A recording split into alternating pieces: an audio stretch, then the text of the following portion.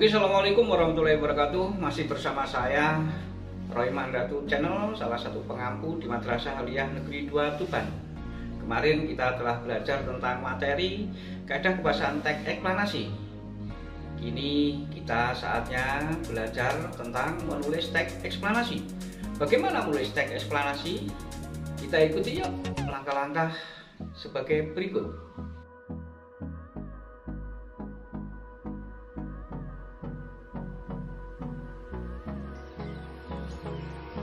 Oke anak-anakku sekalian, kalau kemarin kita telah belajar tentang kaidah kebahasaan teks eksplanasi, marilah sekarang kita belajar pada kompetensi dasar selanjutnya, yaitu kompetensi dasar yang 4.4. Memproduksi teks eksplanasi secara lisan atau tulis dengan memperhatikan struktur dan kebahasaan. Tujuannya agar kalian mampu memproduksi teks eksplanasi dengan memperhatikan struktur dan kebahasaan dengan kritis, jujur, dan komunikatif. Materinya adalah menulis teks eksplanasi.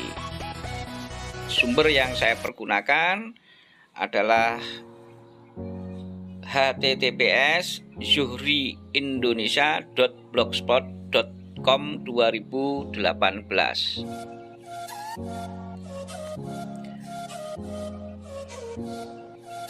Sekali lagi, teks eksplanasi adalah teks yang berisi tentang proses mengapa dan bagaimana suatu peristiwa alam, ilmu pengetahuan, ilmu sosial, ilmu budaya, dan lainnya bisa terjadi. Kemudian materi kita sekali lagi adalah langkah menulis teks eksplanasi. Langkahnya apa? Yang pertama adalah menentukan kejadian atau fenomena yang akan dijelaskan. Yang kedua adalah mencari informasi tentang kejadian atau fenomena yang akan dijelaskan. Yang ketiga adalah mulai menulis dengan membuat kerangka. Langkah yang keempat adalah mengembangkan kerangka teks. Kemudian yang terakhir adalah merevisi atau mengedit tulisan. Oke, kita pelajari satu-satu ya. Yang pertama adalah menentukan kejadian. Misalnya, kita tentukan kejadian tentang peristiwa alam gempa bumi. Nah, gempa bumi jelas. Kalian paling nggak bisa mendefinisikan tentang gempa bumi. Gempa bumi itu apa sih? Kalau kita lihat dari gambar ini dapat kita ilustrasikan bahwa gempa bumi itu termasuk fenomena alam.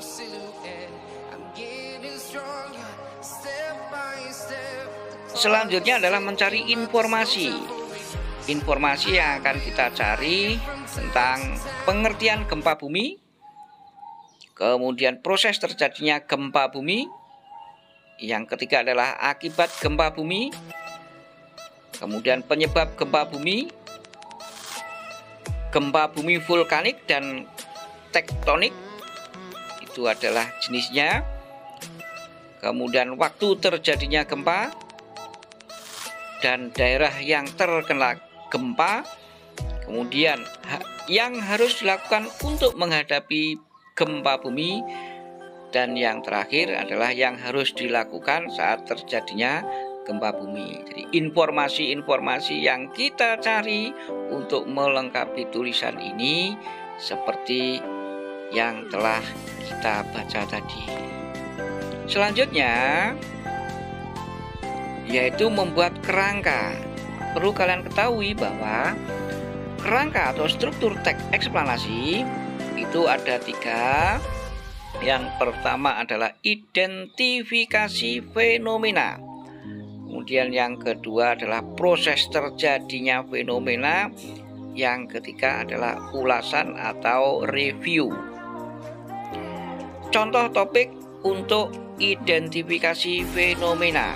Misalnya pengertian gempa bumi, daerah tempat terjadinya gempa bumi, macam-macam gempa bumi. Ini nanti paling tidak jadi satu paragraf. Kemudian selanjutnya adalah contoh topik-topik yang berkaitan dengan proses terjadinya gempa bumi.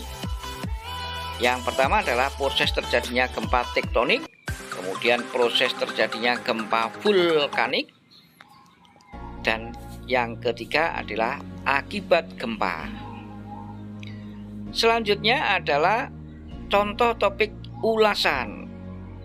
Maka akan memuat yang namanya simpulan waktu terjadinya gempa bumi, kemudian tindakan persiapan menghadapi gempa, dan tindakan saat terjadi gempa. Itu contoh kerangka yang akan kita buat nanti dalam teks eksplanasi.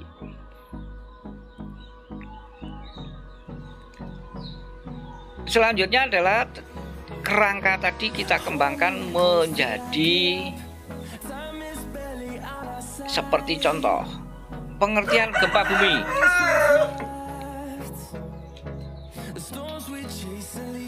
Kemudian daerah tempat terjadinya gempa bumi,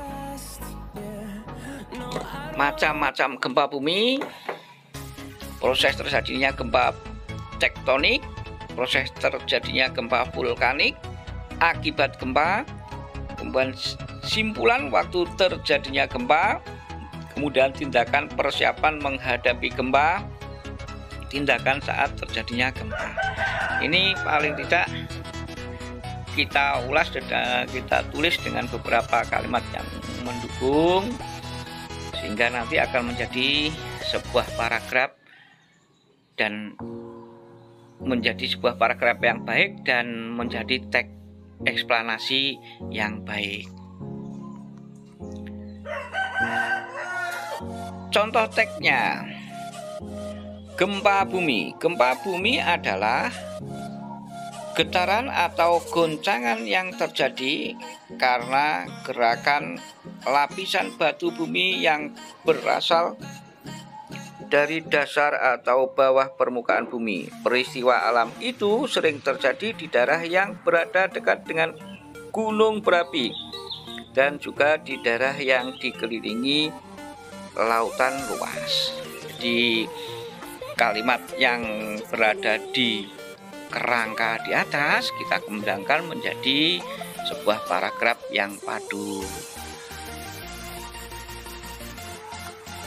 Selanjutnya adalah merevisi atau menyunting. Apa yang akan kita sunting? Merevisi atau menyunting teks.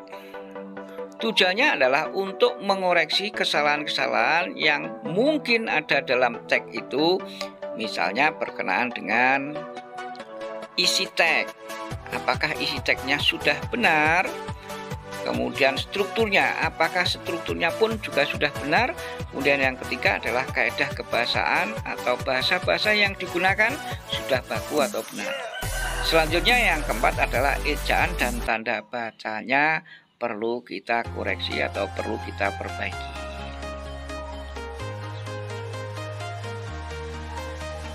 Oke, itulah penjelasan tentang materi pengembangan atau memproduksi teks eksplanasi. Selanjutnya, latihan dapat kita lihat pada lampiran tugas. Alhamdulillah, apa yang telah kita pelajari semoga bermanfaat bagi kita semua, dan semoga kalian semua menjadi yang terbaik. Tetap sehat, tetap semangat. Sampaikan salam saya pada orang tua. Assalamualaikum warahmatullahi wabarakatuh.